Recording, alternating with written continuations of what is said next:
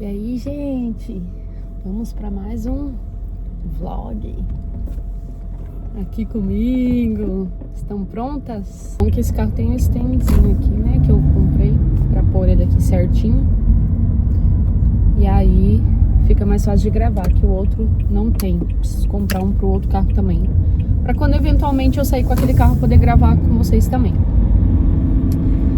Mas então, gente, estamos aqui, hoje é sabadão, sabadou, tem sextou e tem sabadou, né? E estou saindo, gostaria de ter ficado em casa, mas estou saindo agora. Eu vou levar vocês junto comigo. Eu vou fazer um exame, uma mamografia, que eu faço todos os anos. E aí eu vou compartilhar um pouquinho com vocês sobre isso, né? Como que eu cuido da minha saúde, essas coisas aqui. Pra quem mora aqui, pra quem não mora, ou tem desejo de morar, ou tem, enfim, interesse de saber como que é e como que foi esse processo. Porque, gente, eu estou com vou fazer 38 anos esse ano, né? 38, meu Deus, a que ponto chegamos? Teoricamente, acho que nem no Brasil, se eu não estou enganada, eu acho que a partir dos 40, posso estar enganada, não sei, que você consegue fazer mamografias, né, anuais e tudo mais. Mas vou compartilhar um pouquinho aqui para vocês entenderem todo o contexto desse vídeo, dessa história, da minha história também,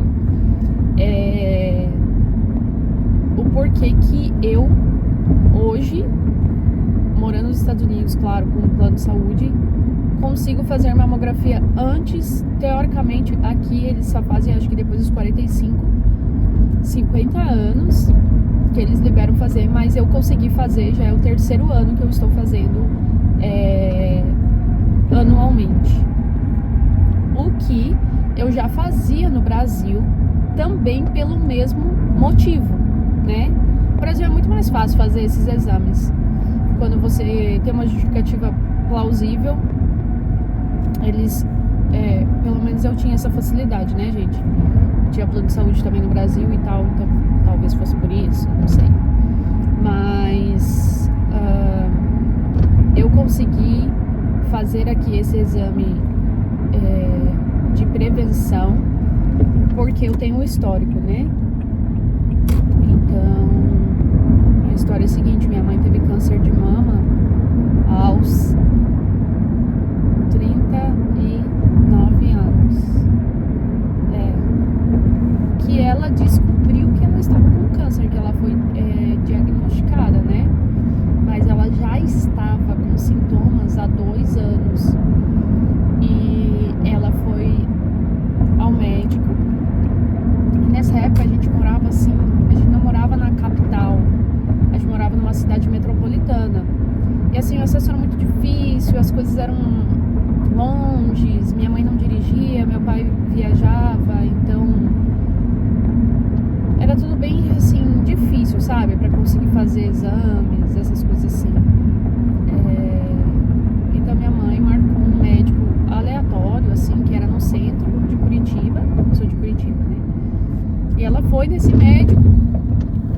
E, gente, ela estava com... Eu não lembro se ela já sentia nódulos, não lembro. Eu era criança, né? Eu tinha 10 anos. E aí eu lembro que ela... eu tinha menos de 10 anos, na verdade. Porque quando eu tinha 10 anos é que ela descobriu o câncer, eu acho. 10 a 11 anos. E aí, gente, né? Ela foi no médico e o médico falou que não era nada. Eu lembro assim, não lembro os detalhes da história, né? Porque, óbvio, eu era nova e também a gente, hoje eu sei, quando a gente é mãe, né? A gente não compartilha 100% com os filhos, né? Pra não deixá-los preocupados, né? E até porque a gente não entende, né? Mas ela foi ao médico, o médico falou que não era nada. Só que o seio dela já vazava, gente. Vazava. Saía um líquidozinho. E que não é normal, né? Não é normal. Enfim, Deus abençoe a vida desse médico, já deu que ter morrido. E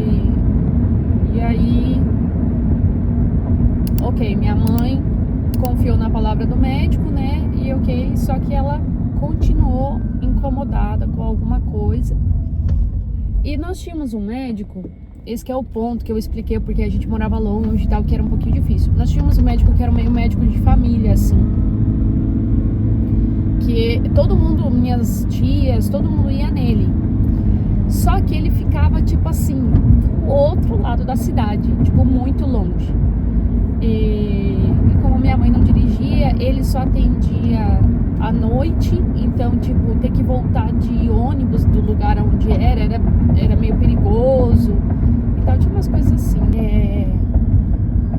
Aí, minha gente, foi que minha mãe conseguiu marcar uma consulta com esse médico, só que as consultas com ele era tipo, só tem consulta daqui a um ano, entendeu? E foi isso que a minha mãe fez. Ela marcou a consulta com ele, dali um ano, e voltou lá, né? E daí até meu pai, tipo, foi com ela e tal, né? Porque o lugar era longe. E, enfim, nessa consulta, esse médico, vou dar nomes aos bois aqui, Dr. Paulo Moura. Nem sei como que ele tá, mas ele era um médico muito legal. Foi meu médico também por anos. Enfim, esse médico, Dr. Paulo, ele tinha uma máquina de ultrassom no próprio consultório. Isso era muito legal, porque ele já fazia uma ultrassom ali. E aí, ele fez uma ultrassom na minha mãe e viu que tinha alguma coisa errada lá, ali no consultório já. Aí ele falou, olha, eu vou te encaminhar para um mastologista. Ligou para esse médico, que era o professor dele, tinha sido professor dele na época da universidade, e ligou para esse médico e falou, olha, eu tô com uma paciente assim, assim, assim. Você poderia ver ela? Ele falou, claro, posso. Fala pra na segunda-feira, acho que isso era tipo uma sexta-feira. Fala pra na segunda-feira ela ligar nesse número, que é lá na clínica, e falar que eu pedi pra encaixar e tal. Aí, enfim, marcaram com esse médico, Dr. Plínio. Depois eu cheguei a trabalhar com esse médico, gente, vocês acreditam? As loucuras da vida. Que era na clínica no COP, Centro de Oncologia do Paraná, que eu trabalhei lá. Depois que a minha mãe fez tratamento, minha irmã trabalhou lá, eu trabalhei lá.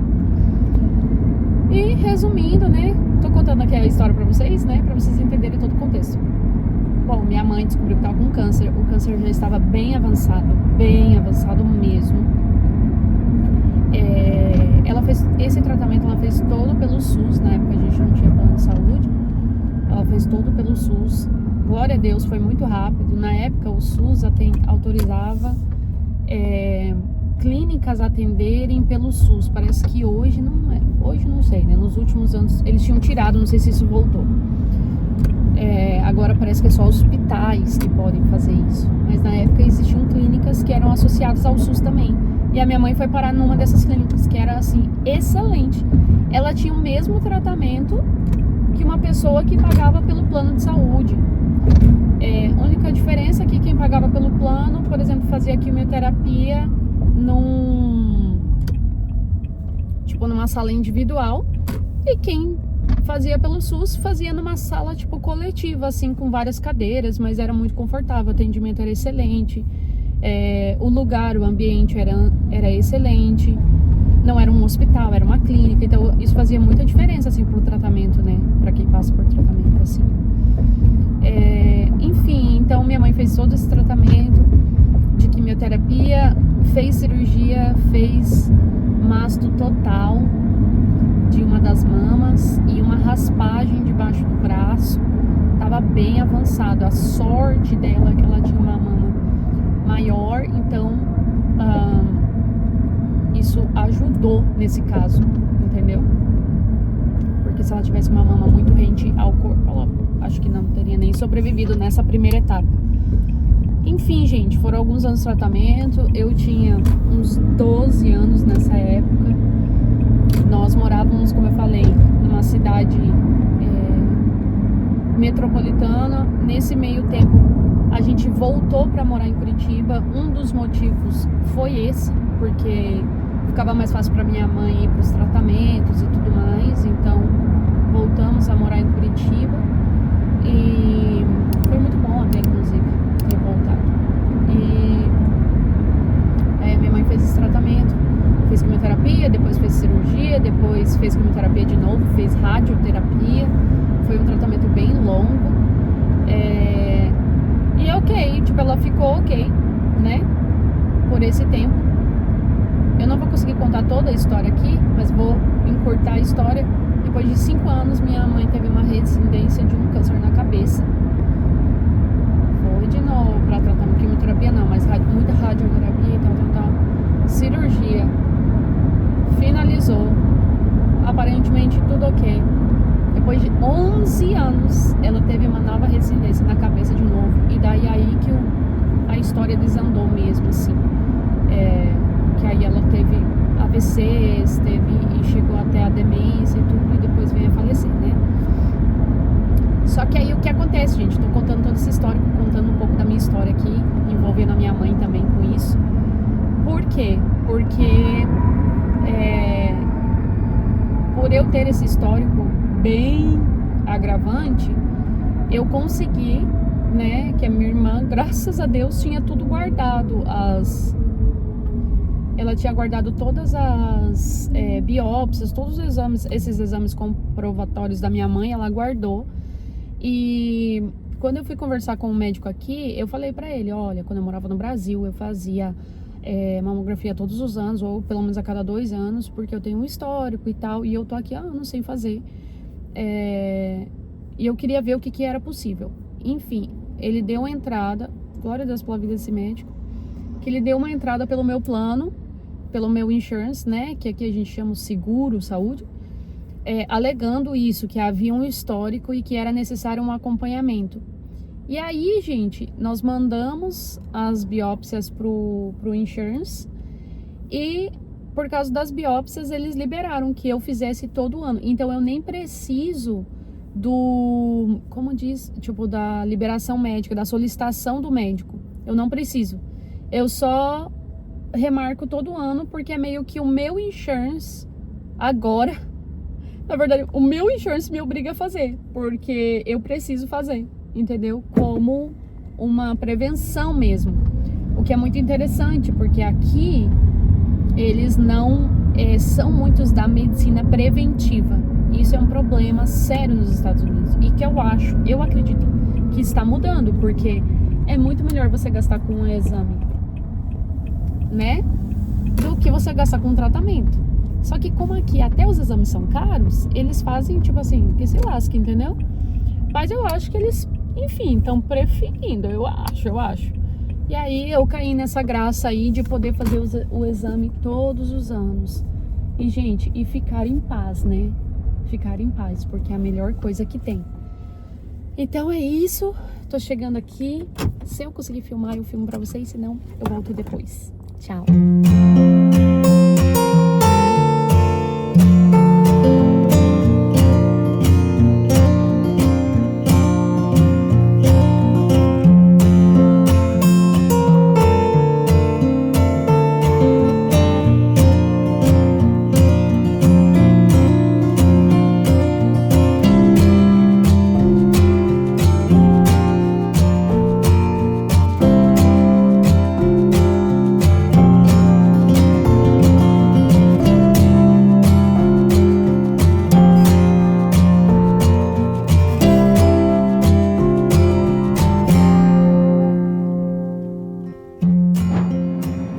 Gente, é isso, as vidas, né?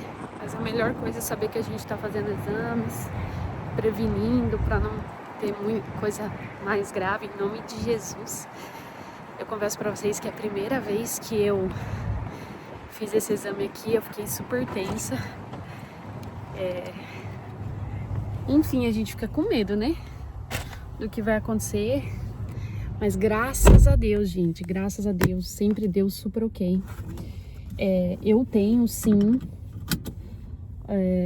Eu vou pôr o fone aqui pra continuar falando com vocês. Bom, gente, vamos lá. Então, eu tenho Tô pensando aqui por onde que eu tenho que sair. Eu tenho... E pensei em sair pro lado errado, gente. Vou fazer a volta aqui. Porque a rua tá ali, na verdade. Ali nem tem saída, acho. Hold on. Não, vou sair por aqui. Esse é o lugar que eu fiz aqui, ó. É dentro de um hospital, tem a clínica lá dentro. Aí eu vou lá. A primeira vez que eu fiz esse exame aqui, eu nunca tinha feito mamografia, gente. Eu sempre tinha feito só o ultrassom, né? Aquela que só passa assim, né? Só isso que eu tinha feito. Eu nunca tinha feito mamografia mesmo, que é aquela assim que, né? Aperta o peito. Mas aí foi aqui a primeira vez que eu fiz e tal, né? A primeira vez eu fiquei super tensa, pensando, ai meu Deus do céu. Misericórdia, Jesus me ajuda. Me emocionei na hora que eu fiz. Assim, não na hora, né? Na hora trocando a roupa, me vendo naquela situação. Não sei se você já passou por isso, mulher. Mas o fato, eu acho que eu já comentei isso num outro vídeo. Se você não assistiu, é um vídeo que eu conto sobre o meu tratamento, que eu tava fazendo. Eu tenho muitas lembranças, né? Então, como eu compartilhei com vocês aqui, 10 anos de idade, eu já tinha questões de, tipo, ver minha mãe fazendo tratamentos de câncer e tudo mais. E isso é uma coisa assim, gente, que marca muito a vida da gente, sabe?